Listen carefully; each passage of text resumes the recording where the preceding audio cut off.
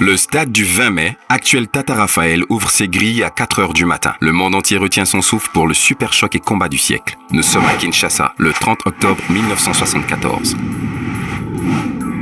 Le combat entre George Foreman et Mohamed Ali.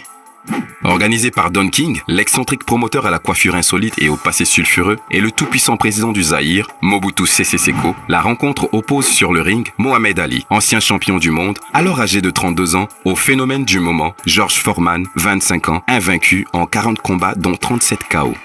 La faramineuse somme de 5 millions de dollars est promise pour chacun des deux champions et le prix des billets avoisine 2000 dollars.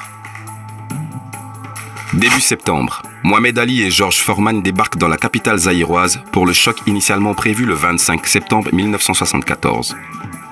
Mohamed Ali fait le show. Il fait son jogging dans les faubourgs de Kinshasa habillé de tenue africaine, tandis que Foreman est vêtu à l'occidental. Partout la foule est hystérique, criant en lingala « Ali, Boumaye!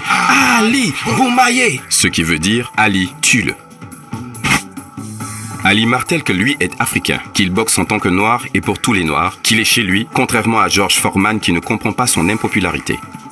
Introverti et distant, il a moins de supporters car il représente cette Amérique lointaine et hautaine. Mais qu'importe, il est le champion du monde en titre et est convaincu de mettre tout le monde d'accord sur le ring.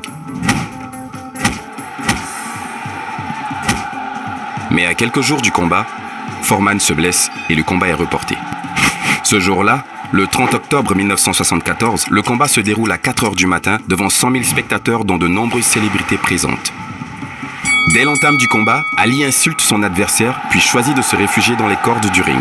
Il provoque son adversaire, le nargue. Foreman prend les commandes du combat pendant 7 rounds. Il cogne, martèle son adversaire.